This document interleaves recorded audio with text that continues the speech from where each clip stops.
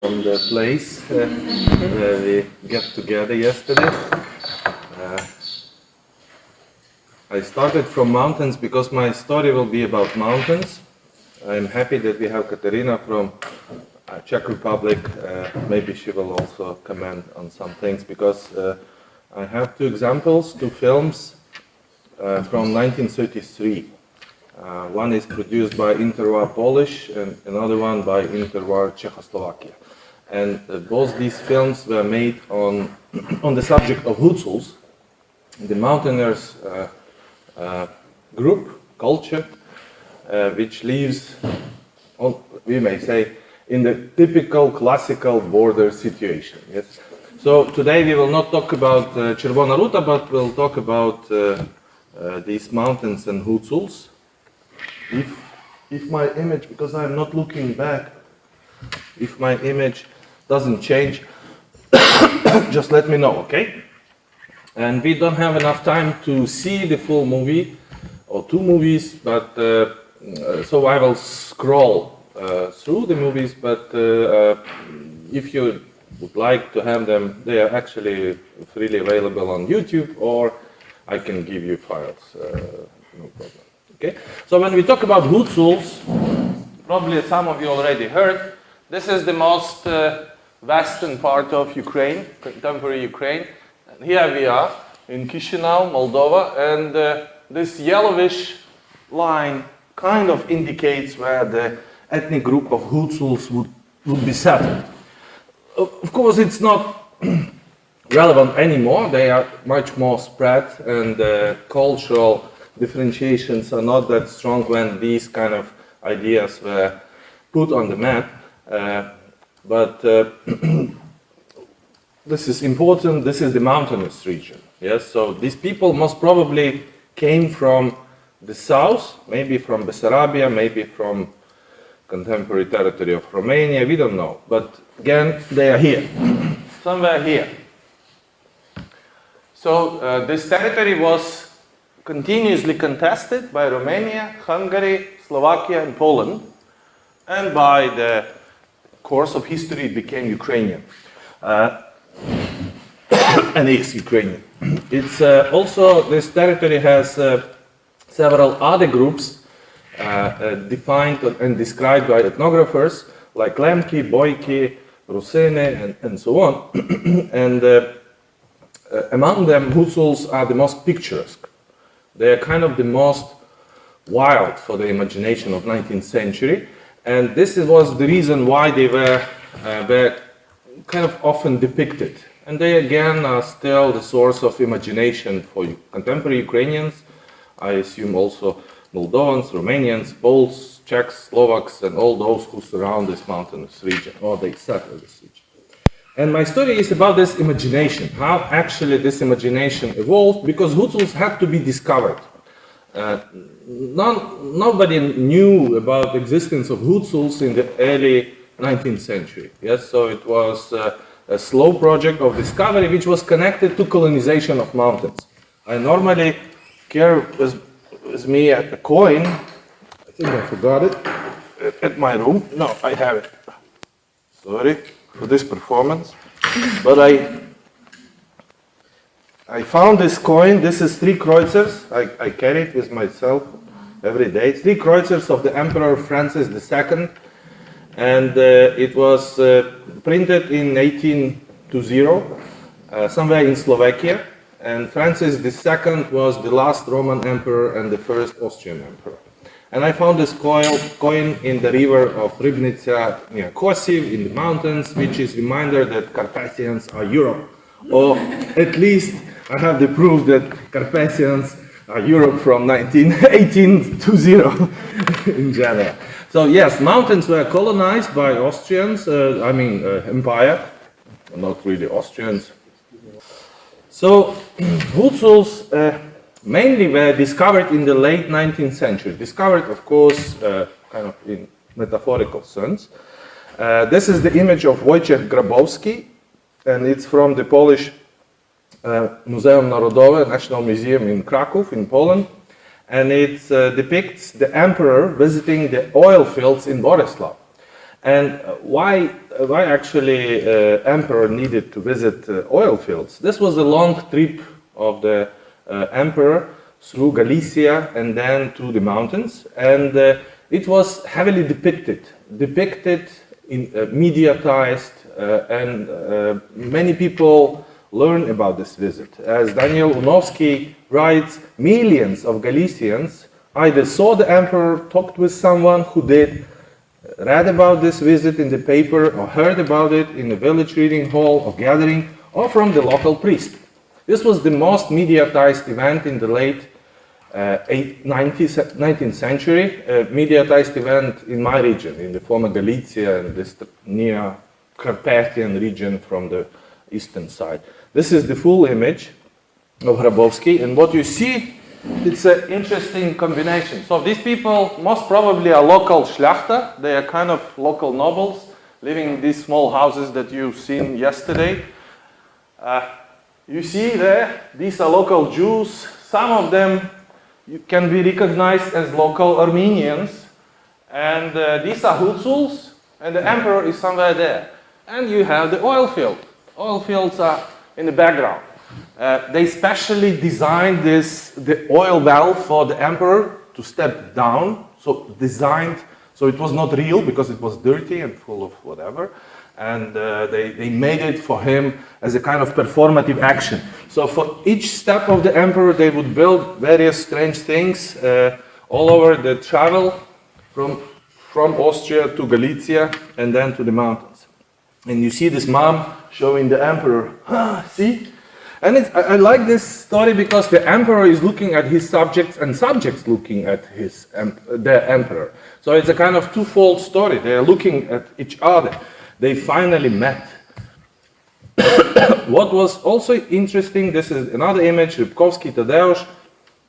It shows the Hutsul wedding procession in front of the emperor in Colomea. Colomea was a small, still small town near the mountains, which was heavily populated by Jews, Armenians, Russians, and Hutsuls would come from time to time. So Hutsuls are kind of Orthodox people living in the mountains, highlanders, and they come down to these small towns and villages to exchange goods with Jews and Armenians who are kind of in between people. They are usually controlling trade. They can offer a lot of goods to highlanders, and a lot of accounts that the first people whom Hutsuls met when they go down from the mountain are Jews and Armenians. And sometimes Russians, but mainly for them, these were the imperial subjects. This is the full image. Again, it's a typical combination. In Hutsul tradition, the bride is the most important, though they would call and still call the female, a bride cheladena, is the same word which is used for the horse. And a female in Hutsul tradition is a special entity. So you, of course, you marry your wife, but then there are a lot of accounts how they live with these wives very carefully. So because Hutsul wives used to smoke, drink, and also fight, and you had to be very kind of precautious with Hutsul women. And then again, emperor is looking at the wedding. You have some local szlachta. You see, they dress very urban, in Polish style. Whatever they have this in these different hats. These are Poles, Austrians, and then local Russians or whatever, Hutsuls. You can define them by their colorful outfits. In the late 19th century, monarchy strived to depict all its subjects through various volumes. This is very important, Kronprinzenwerk, the Austro-Hungarian monarchy in word and picture. This was the project initiated by Crown Prince Rudolf of Austro-Hungary, and this was a multiple volume encyclopedia where all the subjects of the big empire, Austro-Hungarian Empire at the time, depicted various peoples.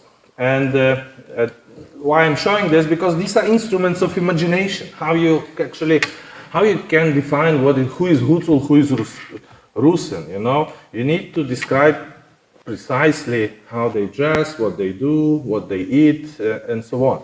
And in the imperial imagination, they would differentiate like Huzuls from Rusins, Ruthenian. This category will disappear in Soviet Ukraine completely. So if you go to the ethnographic museum in contemporary Ukraine, you will never find a section on Rusins, because Rusins are Ukrainians. And this was a kind of this simple shift that actually canceled the whole tradition of defining this group as a separate group. But then Huzuls, Lemki, and Boyki, they remained. They were not considered just like Ukrainians. They are Ukrainians, but they are different. And it's interesting also to consider. What I think these films or these attitudes of discovering local people bring, because after the visit of Emperor in the late 19th century, he visited Kolomea. There was a big exhibition of folk goods there, and they designed special catalogs of local crafts in order to help these people to develop. So this is really awkward and out of the civilization region. So the only crafts they have is killing animals and cutting trees. And local Polish nobles, they wanted to get some investments into the region. And this was one of the reasons why Emperor is crossing all this territory and oil fields, of course, but then in Kolomea they showed him a lot of crafts. And these crafts would be then reproduced in big numbers. So they actually, they learned from locals what they produce, like wooden crafts, metal outfits, the garments, and so on. And then they offered them better designs, let's say. So it was a kind of exchange of ideas. And some of those craft works, if you go to contemporary Carpathians and you buy them as authentic, they are not really authentic. They are advised from the late 19th century imperial designers to make them better, yes, to add something in order to sell them on the big markets of the empire, yes. And there was also this feeling among Polish, because the setting is this way, that you have in the Polish side Polish nobles, on the other side you have Hungarian nobles. There were no Czech and Slovak nobles, but these people were all responsible for colonizing this land and doing this colonization. They cut all the ancient trees, they really destroyed nature. But then you still, and they kind of changed the life of local people tremendously, but then still it was always packed in a way that it seems like, as Renato Rosaldo called it, imperialist nostalgia. So it's a kind of, you always have in these works that depict the life of these wild people, these nostalgic notes. So you have a situation that someone destroys this life and environment, landscape, the practices that existed for kind of centuries, and then you become nostalgic for what was before I came here, or what was before I did actually civilization acts here on the side. And I think for this purpose, very often either local or colonial powers, they improvised and they used a lot of what I call kitsch as imperial agent. Kitsch, probably you know about this word. It appears at the same period when they discover Huzuls and Lemki and Boyki. It's a German word mainly connected to kind of cheap stuff, cheap art, also souvenirs and everything that fakes the reality. And a lot of things that would be produced about Huzuls, they are kind of these so-called fakes. For instance, this is a traditional carpet produced by local Huzuls to celebrate Pilsudski. So in Polish tradition, they would make him, they would make Huzuls a specific Polish tribe, the same way as Ukrainians would make like this is specific Ukrainian tribe. So there was a kind of contesting stories about these tribes. For Poles, the most problematic issue was that the Hutuls were Orthodox. They were not Catholic. So if they would be Catholic, they would make them Poles very quickly. But then there was no possibility to make them Catholic. And then they had to reinvent some stories or to produce some stories. But this is, Hutuls have the same carpets for Brezhnev, for Stalin, for whatever leaders which occupied this territory. So they are coming to different regions, capitals, with these very beautiful crafty presents which are stored in national museums all over Eastern Europe. And here comes this movie, this was the first non-military oriented movie in Interwar Polish Republic. As you probably know, empire collapsed and Poles, they got this big chunk of Carpathians, mainly populated by Jews, Ukrainians, Ukrainians in a way of these various tribes like Rusins, Boyki, Lemki, Hutsule, and Armenians were in a small minority in Kolomea, as I mentioned, and then on the other side, as we also know, Hungarians lost the battle, and they, as my friend from Slovakia says, they normally make wrong decisions, and because of these wrong decisions, the former Hungarian possessions were shared between interwar Romania and then Czechoslovakia. So you have like this region split. It was split, but then now you have these national borders. And on one side you have Czechoslovakia, it's what we call Transcarpathia. Czechoslovakia was much more liberal in a way. They produced, they made for Rusins a special autonomous entity. And in Poland they would deny any possible autonomous, trends. And the only way to create the strong Poland was seen as pacification of locals into Poles. And this was the major problem with Ukrainians, with Jews, whom they wanted to kind of to remove from the scene. So they would be happy if Jews would go to Palestine and then Ukrainians just disappear. But it was really impossible. And in order to incorporate these groups into Polish imaginary, this film was produced. It was not produced by the state. This is a typical commercial enterprise.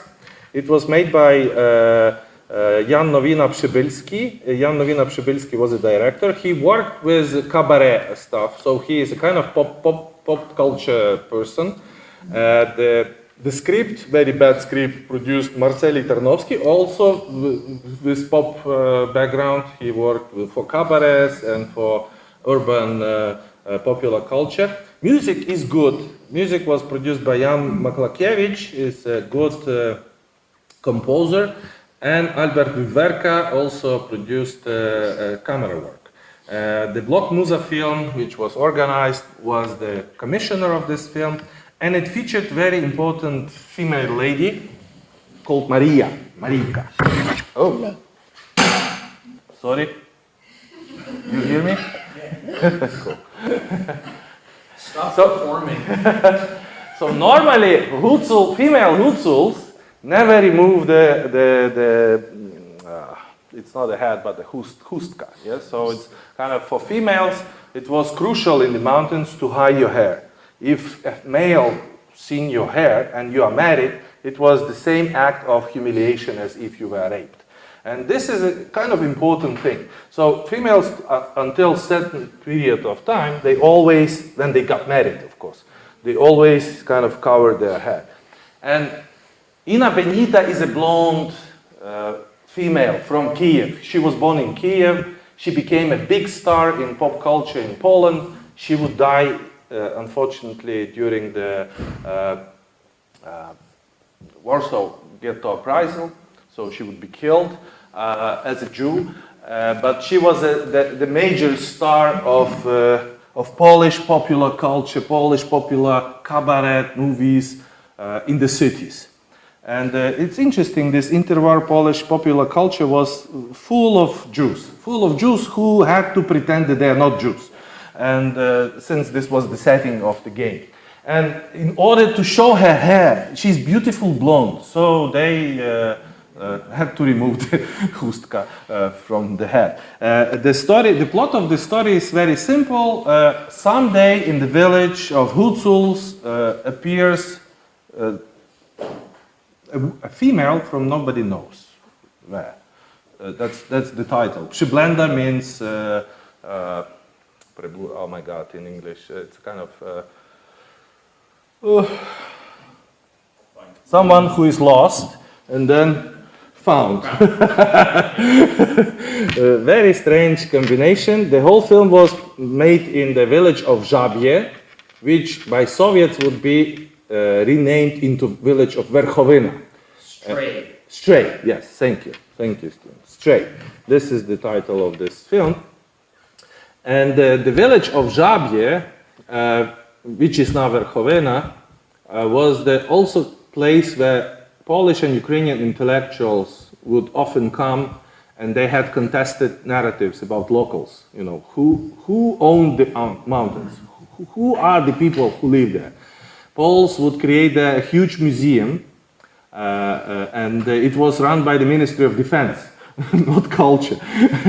The mountains were considered by Poles as a very important kind of site for protection and defense also. And it was also, they organized Hucul military division. There was a lot of investments in this region. But interestingly, Żabie would be also very important for post-Soviet intellectuals. This would be also the place where all the Ukrainian inventors of tradition, as we call, would come to meet this guy Volodymyr Hnatyuk, whose book read Volodymyr Ivasyuk, and whose folk song then he reinvented in the late 60s, making Czerwona Ruta song. Okay, I'll show you some excerpts from this film.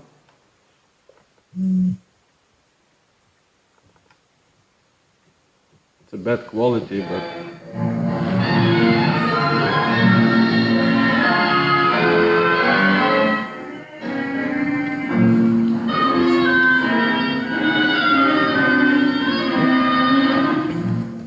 these are early films, and the music is very important because music kind of conveys the mood. It's also part of the narrative, we may say. It's not narratively based, but still narrative, which makes an important input.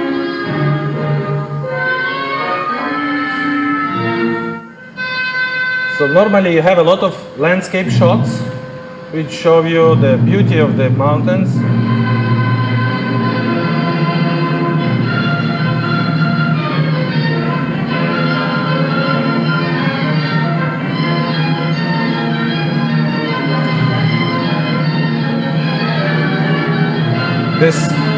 This scene is too dynamic. This is a wedding, but they wanted to show it like in the cowboy movies.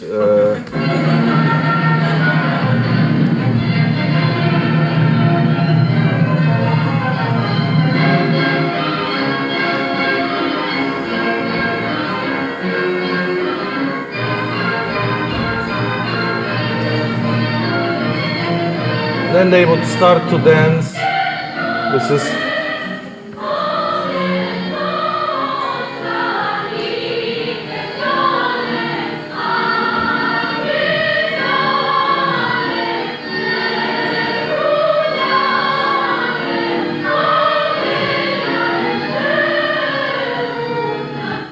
until late 60s, these people would have the same kind of outfits and traditions, and all the Ukrainian Soviet intellectuals would go there to borrow real stuff, like to borrow authenticity. And these Polish cameramen and directors, they would use locals to perform these ethnographic forms of culture, as they would say, like wedding, dancing, and so on.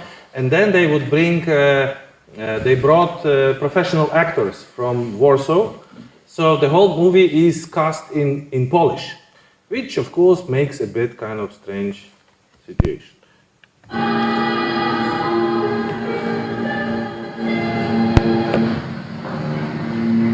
Okay, so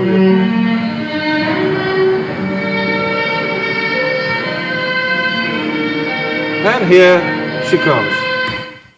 Przyblenda, the stray. That's strange, yeah?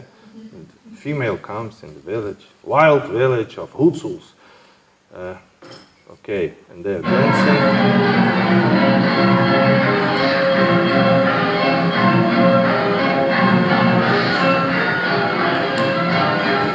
This is what will continue kind of until now. Recently, Ukrainian film industry produced a film about Hutsuls, and it's also full of such kind of picturesque dancing, local subjects with beautiful outfits and doing. They only dance, sing, and then sometimes they kill each other. But this is kind of part of this story.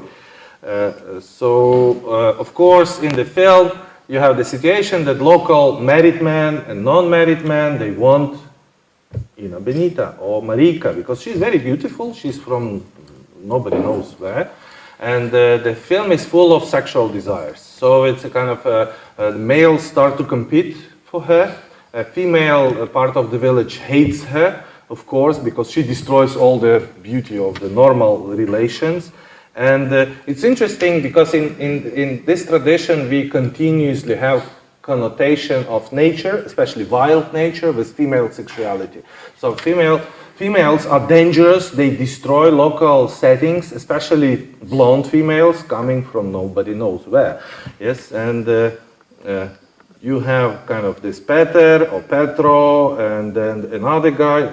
So this looks more. He looks more like Hutsul. But then another one, this is the professional actor from Warsaw who plays a kind of the chief of Hutsuls in this village, and he also wants her, but she refuses. So the whole film is about these kind of nasty stories of desires and refusals and kissing, dancing,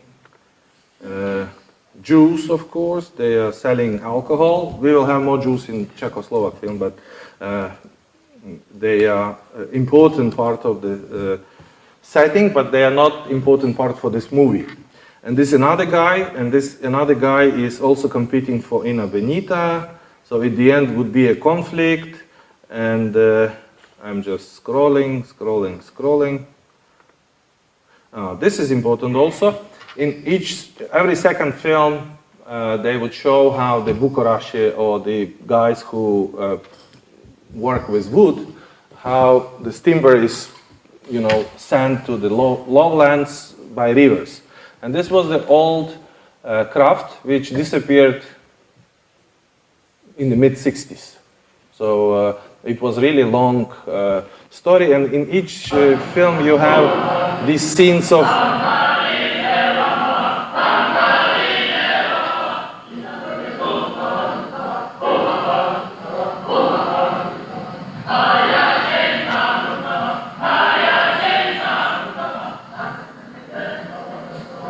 the song is in Hutsulian dialect, and this was again strange because the characters are speaking Polish, and then the locals are singing. Nie ciągnij za język, żebyśmy ci nie powiedziały. A kto chłopu kolobór? A coś swoim wyprawiała? Co? Lata leżeli ta wściekła suka, ta jedna nie mogła to lata. Yeah, Ina is kind of fighting back with these local females. And they also pretend as if they speak Potois. They pretend that they speak Polish, but as if it's a dialect. Of course, it also introduces a lot of kitschy gestures. And then there is another guy. Let's move on. And there is a kind of problematic story at the end, the child which almost drowned, and they saved the child.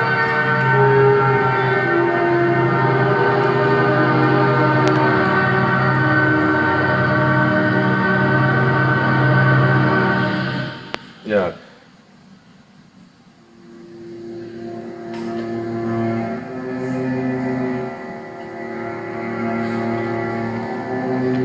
And he looks like Alain Delon, but from the mountains, you know, he's young and beautiful with long hairs.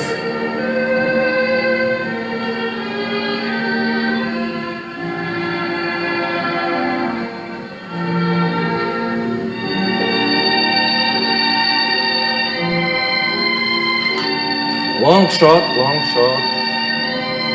And then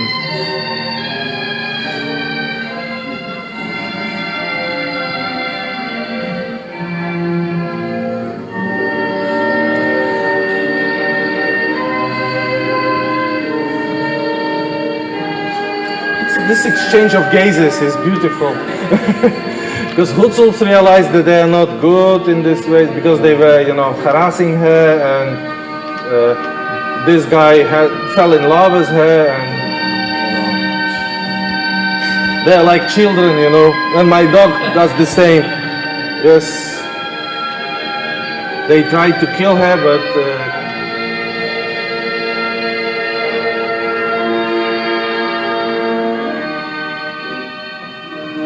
So this is the happy end, and then let's continue our story because I don't have enough time for all this. Of course, film received. This was the first movie of this kind on Polish screen. It received a lot of reviews, and in Wiadomości Filmowe, they indicated this was a kind of special magazine dedicated to films. And they would say the adjective Polish in relation to this film is not only an indication of origin, but also the most characteristic feature of this interesting film.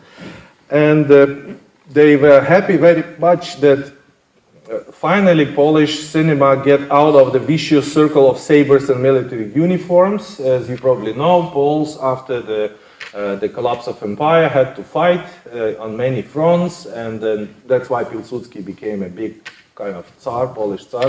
Yes, and most of the film production was connected to fights, and fights. The strong males fighting and protecting Poland. And here, a completely different story.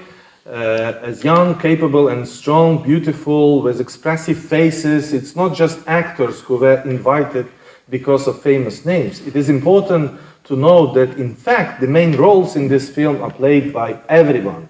Each actor completely attracts the viewer attention, says this reviewer. Was another reviewer signed by LB in the magazine Kino.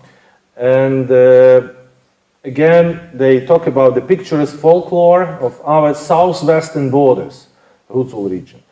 So it's from the Polish side, this is southwestern.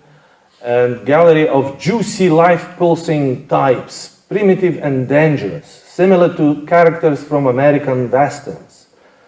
But in America, westerns have more authentic actors, says a reviewer, who blend in with the landscape, the horses, the land, and the air, and only a professional eye can tell a real cowboy from an actor who happens to be.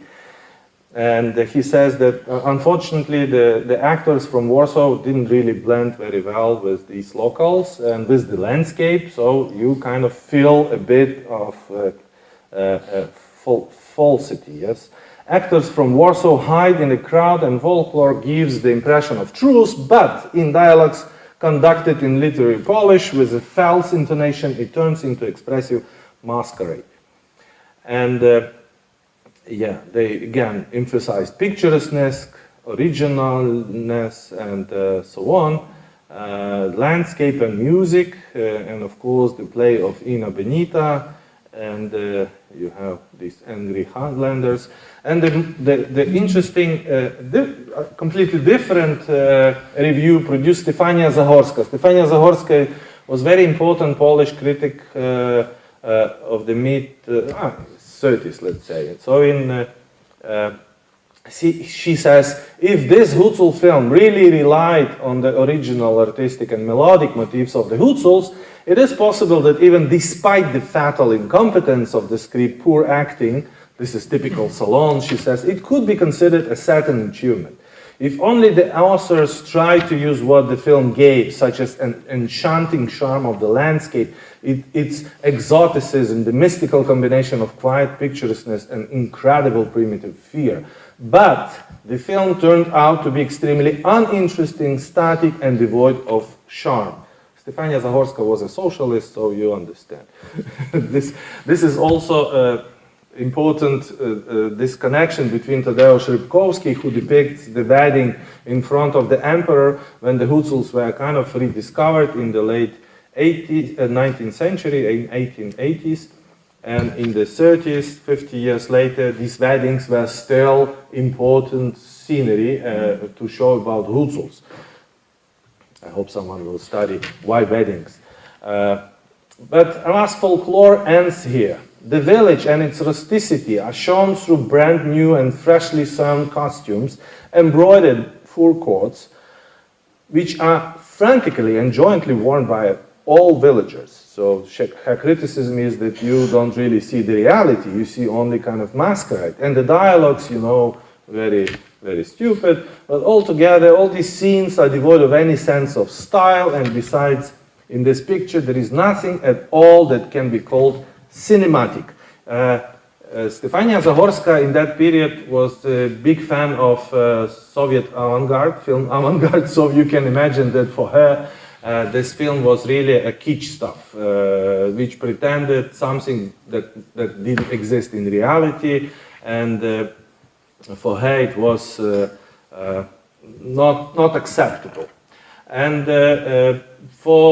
in many of these post-imperial countries, this kitsch, nationalist kitsch, is really important attitude in order to create, again, as Anderson says, imagined community of peoples, because they inherited from the empire very multiple groups of very diverse population.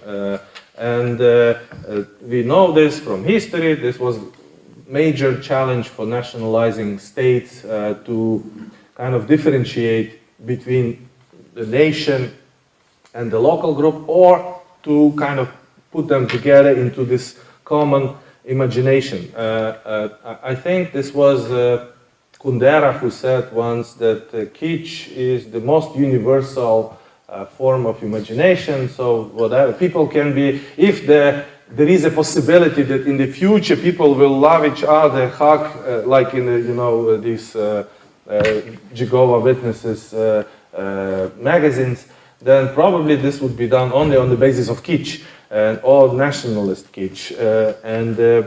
But what was important for all these producers of such films, that was to bring closer, kind of to make these people, as Helmut Smith says, ability of objects and images to circulate and make the nation seem a part of one's hometown world. So when you make this in cabaret style film about Huzuls, which are really different from urban dwellers, you kind of make them very local and very almost like neighbors, yes? But this is again the cinematic imagination. I have 15 minutes. I'm wondering whether to continue. Let's see some excerpts from the other movie, yes? Okay. I will skip some slides and talks about Czechoslovakia. There are important also inventors of tradition like Karel Plitzka. They also went to these mountains on the other side. This is also from Narodny Archive, so this is Huculka, a female Hucul. And as I said, normally you had to have a covered head. Karel Plitzka produced several important films, Za Slovenskim ľudom, Po horách, po dolách. He's kind of important for Slovaks person who produced this form of lyricism. We call it in Ukrainian tradition poetic cinema. In Czechoslovakian tradition they call these lyrical movies, where landscape and local people are kind of get together. Then Tomáš Trnka, he made this Bure nad Tatrami. It's a film about the mountains on the other side. It's also about the kind of storm. And this film was acknowledged very often. And this movie was really an attempt to make the avant-garde look at the locals on these borders. The film was called Marika Nevernice. We have Unfaithful Marika. We again have a lot of desires and sexuality in both cases. This is the same year basically when they produced these films. On both sides of the imaginary border between, which was made by states, and the real border, which is kind of Transcarpathian and then Highlanders in Carpathians. And this film was directed by Vladislav Vančura, and Vladislav Vančura was influenced by this attitude of avant-garde to depict not actors but local people. So the film was really, like in the review of the Polish film, they said that locals play in the film. In this film, there are no professional actors. So there are only villagers who play themselves as if they are, you know, in the movie. and this is very nice. So Jews would play Jews, Hutsuls would play Hutsuls, and they would all speak in their own languages. So the film was not dubbed. There were only subtitles. And because of this, the film was a big failure. So it never got any cash in the cinema houses. This was not a kitschy approach, and they had to lose. But again, it had also this important socialist message. So Ivan Olbracht produced the story, and the whole script was based on the story. The story is really about the social inequalities and bad life of Hutsuls in the mountains. The house of the guy has burned. He lives with his wife and her mother, and he has to go to the highland mountains to get some money in order to rebuild the house. And in this period, she got the affair with the neighbor, Danilo, and then the mom sends him a message that your wife is cheating on you. So he is kind of very angry, and when Danilo goes to the mountains also to work, he kills him. And then he goes back. They all hate Jews, and then at the end, the Jew made because they all have debts with local Jews. So when the house burned, this local rich Jew wants to buy this or to get the house for his debt. That's for his family. And this is a kind of big tension between like this Hutsul and Jews. So finally, when he kills this Danilo, goes down, he comes with weapons of solidarity. I'm telling about this. Axes, yes, but this Hutsul axes that they normally use for the mountain crafts, and he gives him money, and the kind of story is resettled back. So it's again, it's about desires, females and males who are fighting continuously. This is Ivan Olbracht. He was very famous also in the Soviet Ukraine. This is his translation published in Uzhhorod in Transcarpathia. And Vladislav Vančura and Karel Nove, the authors of the film, some stills, and probably I'll show you. This film is really long, so we can't watch it all, but the important role plays music.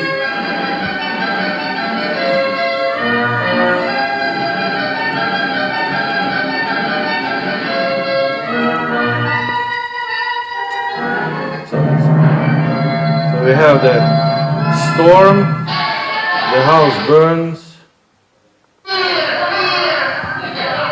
This is a beautiful story. So the guy, this is a Czech guy.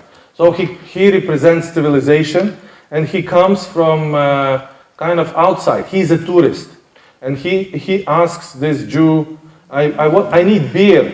I want. Let me. Yeah. You see, he shows this, and the Jew doesn't understand. What do you want? And he wants beer and cigarettes.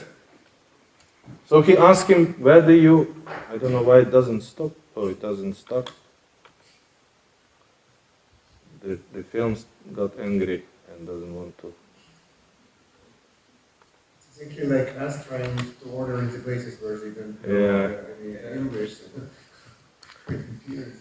I don't know. Ask in Esperanto. This technology.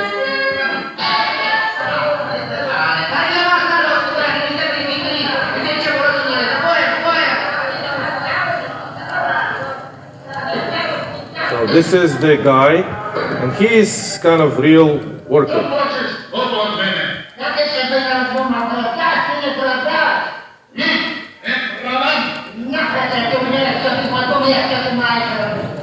They continuously say Happy Shabbat, and he asked him to sell me your land when the house burned, and he's kind of no, never.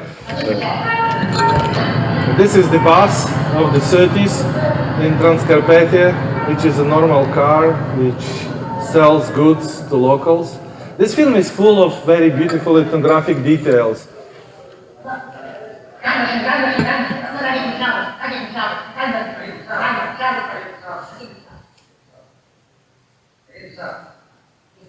Happy Shabbat, Happy Shabbat. So they want to get this land, and he works only with this wife. And this is the neighbor, the evil. Треба ми робутника. Ти ж оставити? Добре. Так, ідім. Нажмете так, сусіди. Добре, добре. Так, більше повинна. Добре. Заплачу тобі чесно. So they talk in this Huzulian dialect of Ukrainian, and they don't translate also from Yiddish when Jews discuss various issues when they want to get something from locals. They always are kind of evil. Роботи много не буде. Yeah.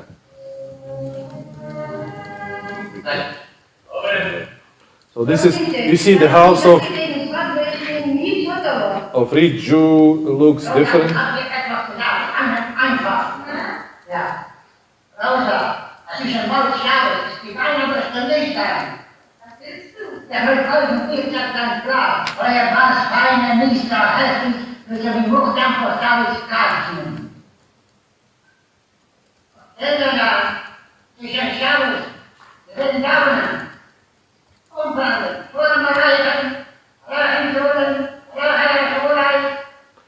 And it's beautiful that they speak in their languages. You don't get the point, but then if it's you have the subtitles, it's clear. So he wants for her daughter to get this house in order to make a tourist inn. So it's a kind of small hotel to serve the Czechs from the capital for beer and cigarettes. And this is the cause of the whole kind of troubles, because then he asks a guy who works with this Dmitry Peter Huzul to dismiss him from the work, so fire him, that he will not get money, and then he will sell me this land finally. And so he makes this Jew makes the plot. But then in the high mountains, there are another group of Jews which are continuously harassed by Huzuls or by these kind of other people. So in this film, they don't show just like the Jews are, the problem makers. No, they try, like in Van Olbracht novels, to describe the complexity of the situation, that none of them has the possibility to get out of this. And they continuously say something like, let's leave this horrible country, let's leave this kind of land, let's move on somewhere, to Jerusalem or to Canada, to the United States and so on. I heard this a lot of time, actually. So he tells his wife that he is going to the mountains, he joins these guys, and it also has a lot of singing.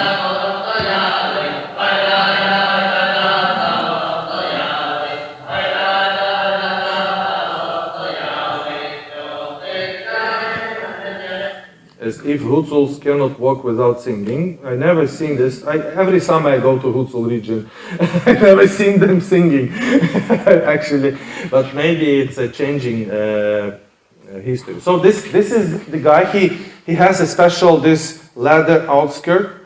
So he represents intermediary between the Czech business system and then locals and Jews. That's why he is always kind of wearing a costume. He is a manager. He handles money, and he is one of the problem persons or problem makers. Yes. So he comes here to this local Jew who asks him to dismiss the guy from work. And now they, again, like in Polish movie, they dance.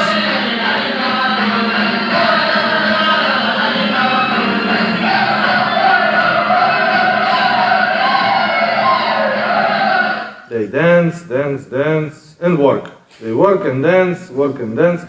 This is the good scene. So when these are Jews which work with highland Hutsuls, and they are more in danger. So they come.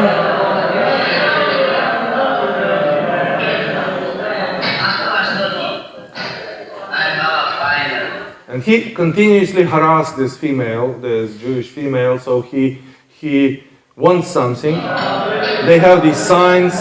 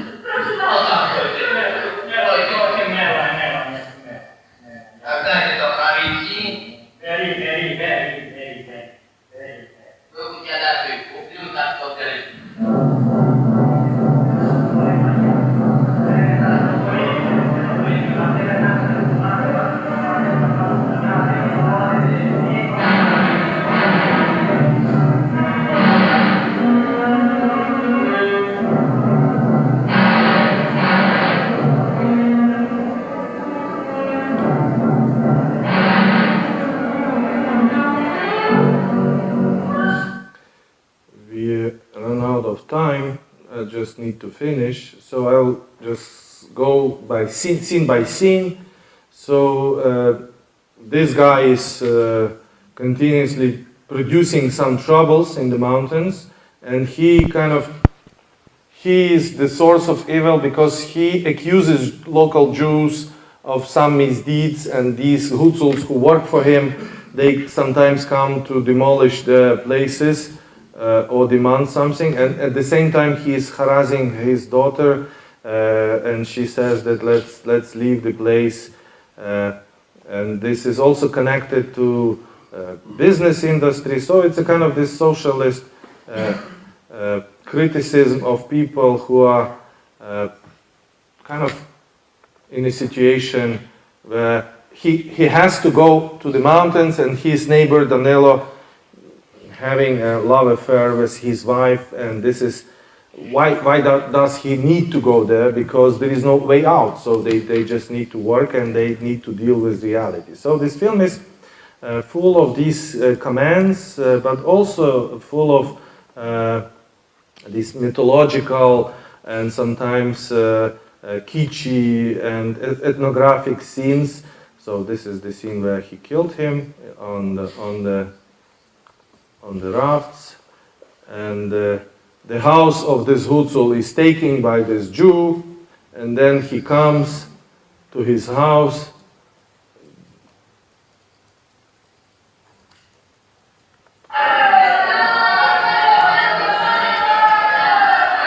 The whole village shouts that he killed Danilo, so he...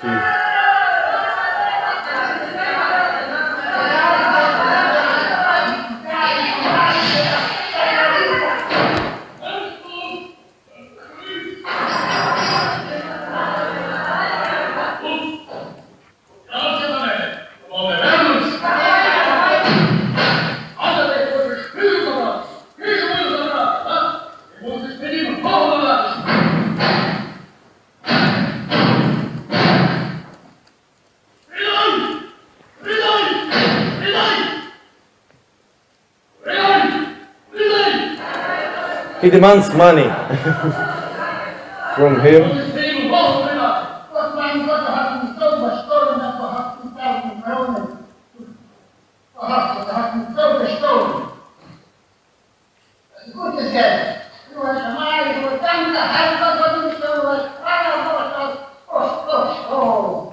So he gets the money and he goes back to his family.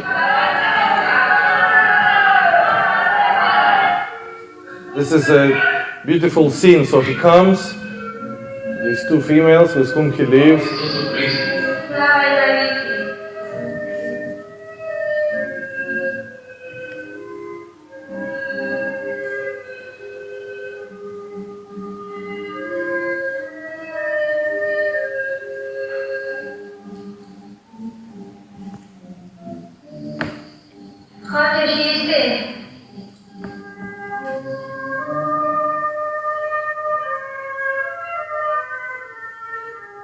And he accepts food from his wife, and the issue is resolved.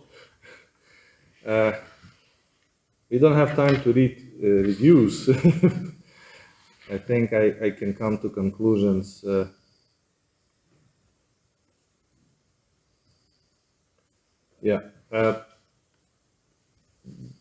are also Ukrainian takes on this subject in the same period, in 1933. I was amazed that at the same year, from two different points of from different sides of the border, like in Czechoslovakia and in the Interwar Poland, Huculs become an important subject for films and film industry, and we have rather different approaches to depict them. So in one case, we have this romanticism and kitsch, where you have gendered nature, language which is introduced from outside, stylization of plays, dramatic settings, the important role of music, exotization, and the locals that are treated as Poles, yes. And then we have this another approach where again we have gendered nature, local languages, attention to place, dramatic settings, the important role of music, social criticism, and local people are not considered to be Czechs nor Slovaks, they are kind of locals. And I don't have a special conclusion here, just want to say that this story will continue in the Soviet setting. So Soviet Union would occupy this region in 1941, and it became Transcarpathia, especially this region which was shown last. I talked to many people whose parents or grandmothers were featured in this film. So they remember all the settings, how Marika Nevernice was produced. And this region would be, again, very often depicted in Soviet media, heavily mediatized, and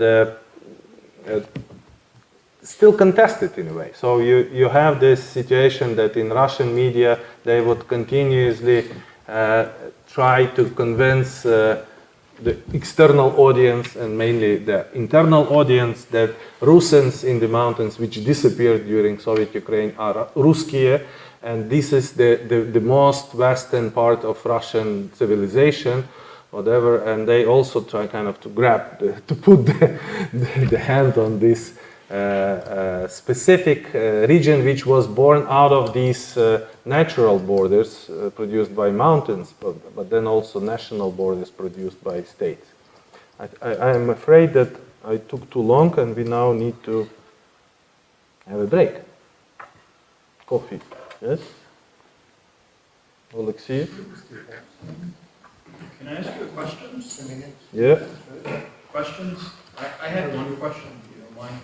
I was thinking about the avant-garde, why they're choosing these exoticized, liminal borderlands spaces.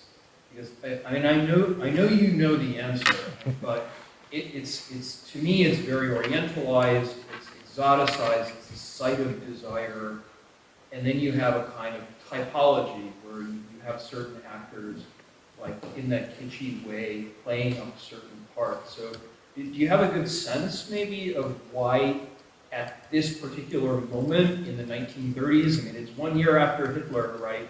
So you've got 1934 in the second Rzeczpospolita.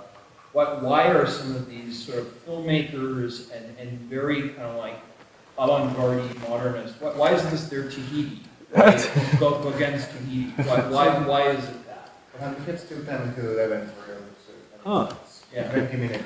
It's a great question. It's again shows you that there is no kind of simple answer who is colonizer and who is colonized. In a way, we have this bloody empire, Austro-Hungarian Empire, but then when you look, two completely different approaches, like Czechoslovak approach to see these lands and then Polish approach, and they are both bad. I mean, they both based on different assumptions. Here we will show locals, we will give them agency. Here we will make them Poles, so on. But in both sides, they again operate with stereotypes. They again make they feminize nature. They make this gendered nature important. They cannot get out of the frames which were shaped by the empire. So why it's interesting for me, because it again raises this issue of decolonization. How you can decolonize something if you use the same colonial methods? And so in both ways we have colonial views, colonial gazes. But what I like is to look in these films how they depict these gazes. So it's like in the Polish kitschy film, you have very, very vivid gazes in a tradition of kind of the scene, counter scene, yes. And then in Czechoslovak film, or mainly this was a Czech film, you don't have such kind of play with the gazes. But then again, the gaze which is placed on locals is I would say it's much better. Yes, so they try to kind of decolonize this view. We were 2 decades from Franz Fanon, right? I mean, you have the regard, right? You have the gaze, but who's the agent of decolonization? Because this is interwar colonialism. One might say that even the Ukrainians are part of this process if they're looking at Rusins and trying to essentialize and primordialize and claim the Rusins as part of the Ukrainian nation. Yeah. Right? Yeah. So my typical question would be: is there any way out of this situation? So we have kind of all the possible ways of depicting locals, and even if you take Ukrainian case, this would be the same. This is citation from 1976. This is the year where I was born. What they do this is produced locally in Yaremche, in the small town of Yaremche in Carpathians. And what they do, they say Carpathians have combined the harshness of the Urals and the gentleness of the Crimea, the silence of the Altai and the majesty of the Caucasus. But they also have their own charming beauty. This is again colonizing way of describing this landscape. They need to compare it with something. They need to introduce Carpathians within the familiar landscape of the Soviet Empire. They need to do these gestures.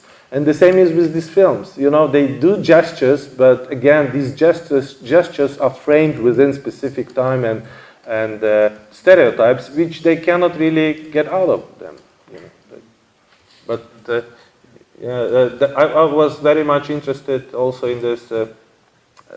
In the beginning, I thought that Jews will be the source of evil of everything. But then in Czechoslovak film, they make them also suffer. They show them. This is actually the only character in this film, Czechoslovak film, who says, "Let's leave, let's go out, let's let's leave this blood. Where, Palestine? Yes, to Palestine. So she is the voice of those Jews whom I think Czechoslovaks and Poles would love to leave.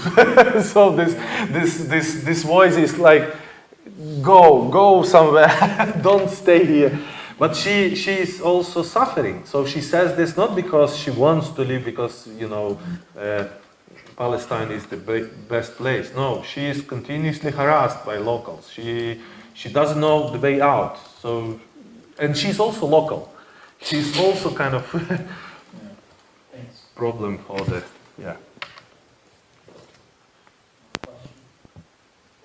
Bohdan, maybe I would ask something very general, but maybe something to connect more topics to projects that are here, because I think you mentioned about colonial approach of these movies, and I just wonder if you see it in the same line with all this media production from empires before the interwar period, all these British, not movies, but still media productions, when they were trying to somehow educate people in the imperial centers that there are these overseas colonies with these strange inhabitants that look differently than something else.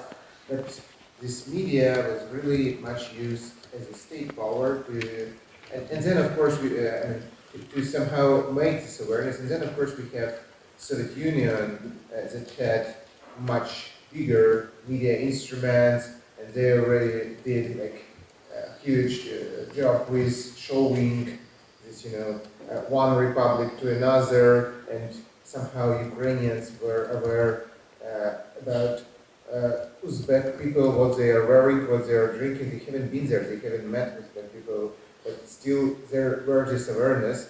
So it's not only interwar scene in terms of connecting periphery and center, but with these movies and with, especially with Czechoslovakia, it's harder to place it in this framework. This is the good example, a continuation of the same attitude. This is the avant-garde film produced by the Georgian, Armenian, Jewish, whatever his origin, Sergei Parajanov. And the main character, she's Russian.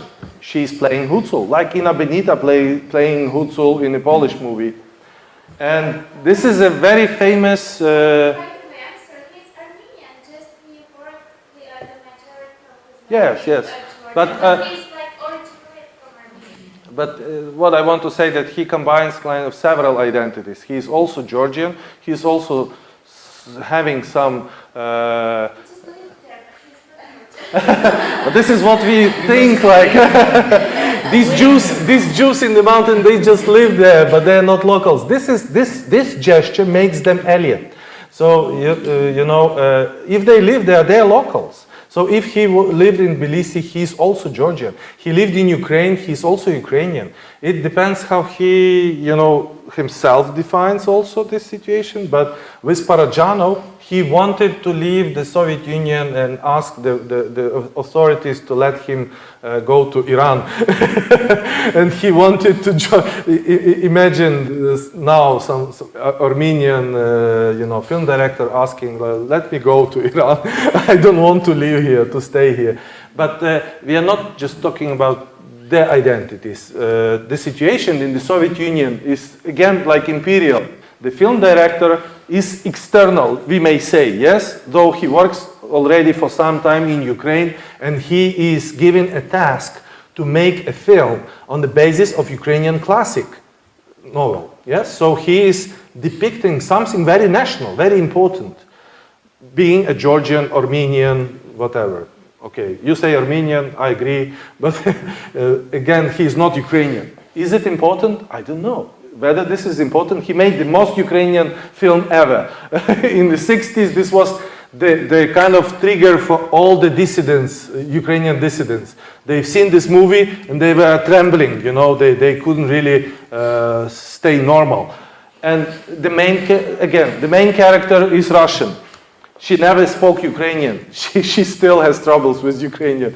And she's... and this is a kitsch, typical Soviet kitsch called film Trembita 1968. This is a so kitschy stuff made in some Russian studio inside, no shots outside with the mountains. All these people dressed like, you know, from Poltava, and all this imaginary vaudeville in Russian style. And this film supposed to show Transcarpathia, after war Transcarpathia, and the fight with bloody spies who are there from the previous bourgeois period, and so on. So you still have these two modes, like Parajanov is making avant-garde thing, and I don't remember this director from Trembita film, but it Trembita grossed more than 30 million views, cinema visits. It was extremely popular film. It was a vaudeville, operetta, and then a film about Carpathians produced in the settings of the Soviet media empire. So it seems like we have these various possible attitudes to show locals, but they may not change in time. Recent Ukrainian production is the same. They do kitschy stuff, like full of stereotypes, gendering nature, females again playing kind of desire, mountains, because this is all connected to this romantic mood of the early 19th century. We still have females, landscape, sex, desire, aliens, others, and they are still there because people want this. People understand this language. They understand this kind of construction. And if you say this kind of interwar depiction, it was great on the Czechoslovak side. Actually, mountains became, during the Czechoslovak period, so this is, for instance, Janko János, and this is Museum of Ethnography in Hungary, and these images are real. I mean, they are much more real than these films. These guys look like cowboys. This is again from Austrian archives, external views. This is Vadas Erno, who visited very often Transcarpathia, and he published his images of Hutsuls, National Geographic, Vanity Fair, Harper's Bazaar, Illustrated London News. So they made Hutsuls part of the Western imaginary, a very important part of Western imaginary. This is very famous photography from Magyar archives. Are there any women? Sorry, I have to ask. Are there Yes, any women? this is Margaret Burke-White, and she is depicting Hutsuls in Jasenia. This is 1938. Okay. She was crazy. She went to the mountains herself. Sorry, crazy, this is metaphor. She produced a book. But I mean, a lonely female goes to this wild region. And she made a book, she made reportages, a lot of images, and that was not that dangerous, I assume. Or maybe she had also some compatriots who helped her to survive in the mountains. But it's even now not that easy, I mean, even in logistics. So this is the female, I got from Getty Images, and this is typical Hutsul situation, Jasenia, a child, a wife, and a husband, and they eat potatoes, like in Van Gogh movies, potato eaters, but only in the mountains. So in Czechoslovak settings, this is Czech tourist on a Hutsul horse. And these are Czech travelers with Hutsul female. They were much more connected. Probably it's also due to former imperial connections. So the Prague and Vienna and Bratislava had much easier connection to these Hutsuls in Transcarpathia than in Polish Carpathians. In Polish side, in Galicia, they had to build new railroads. They built them, but this took time. And so for any outsider, it was much easier to get to these wild mountains through the Czechoslovak side. And this is Mihailo Markovic, who collects images of Hutsuls. And he posted, this is a lady from his village. He posted this on Facebook. And he says, I keep wondering how many of them were here. And here he means people from outside, outsiders who come to see and actually to exchange gazes with locals, kind of to normalize this wilderness of Carpathians. So we are talking about dozens of foreign photographers for whom Carpathian exotic opened in the center of Europe a century ago. Here, for example, is a photo of Huculka from Rahiv region taken by Karel Plitska, a Czechoslovak photographer, film director, cinematographer, folklorist, and a teacher, and so on. And he describes also his films and other things. So, when the Soviets opened these Carpathians even more, like in the Czerwona Ruta film. No. What happened? There's a problem with the units. You need to try to. Okay. Let's. After, yeah. So you think it may No, work? no. But then to select what? Private. Yes.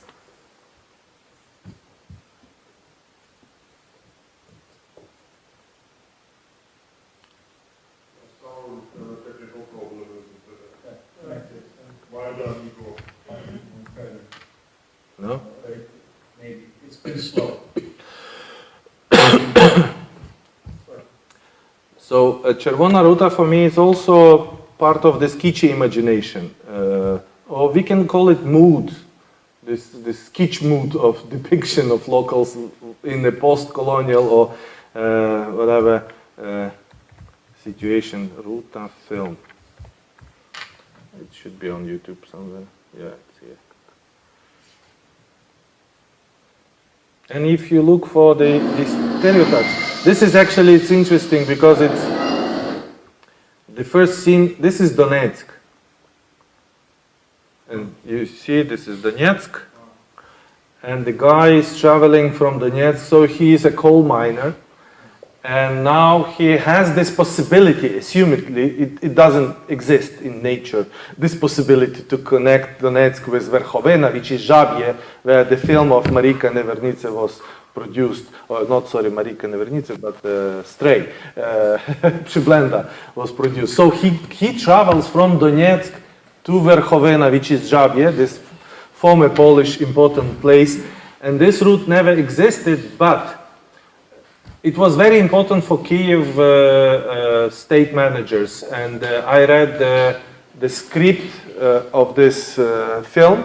In the beginning, the idea was that this student will travel from Lviv to Verkhovena. So he had to travel regionally. But Lviv, in that period, already played kind of he took the side of Moscow for regional television, which was not very good. So managers, and they asked to change the script, and they came up with this genuine idea, let's sue Ukraine now in this beautiful image of a coal miner traveling from Donetsk to Verkhovena. So symbolically, he connects two imperial sites, former Austro-Hungarian Žabje and Soviet industrial core of Soviet Ukraine, Donetsk. And he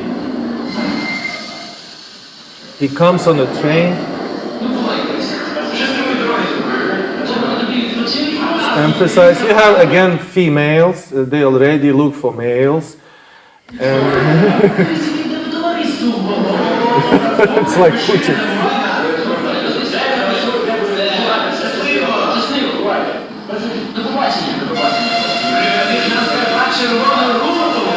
And he tells him, don't forget to find this magic flower.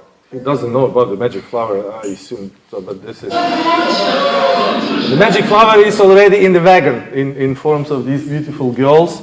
So he found her right away.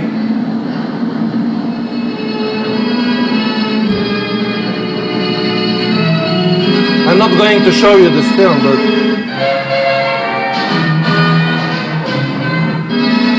here should be a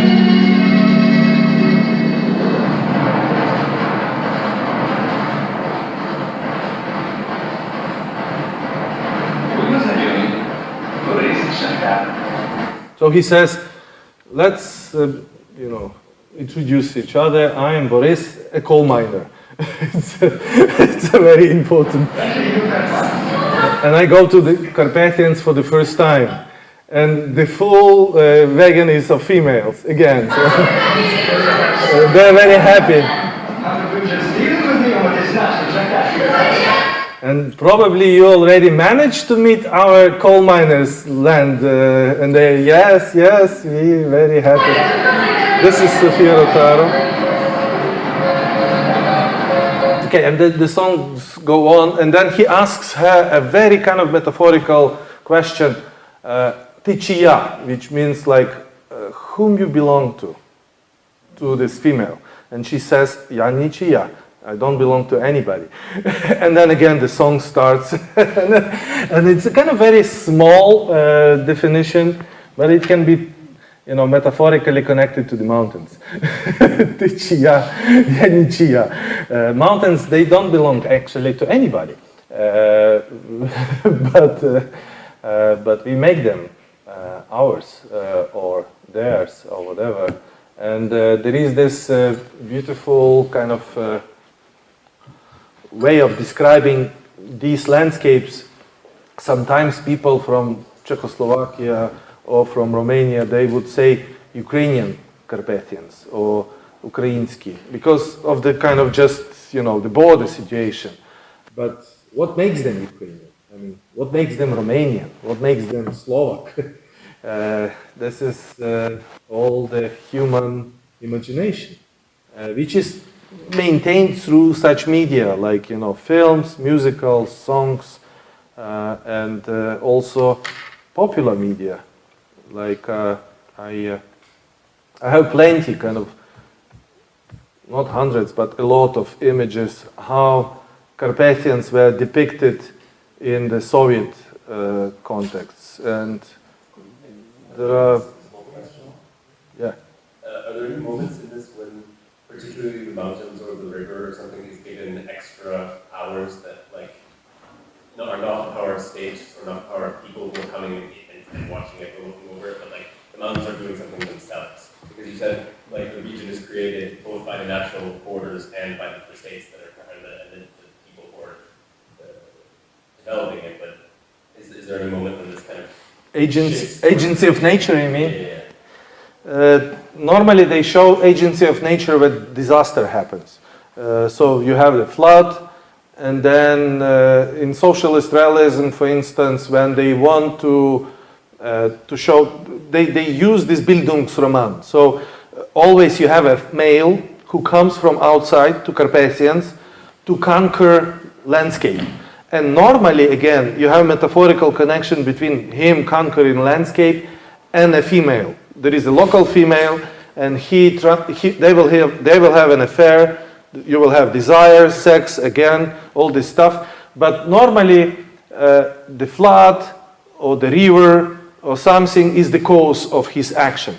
So the nature here is not the agent, but the kind of it causes a human being to behave better or to become stronger.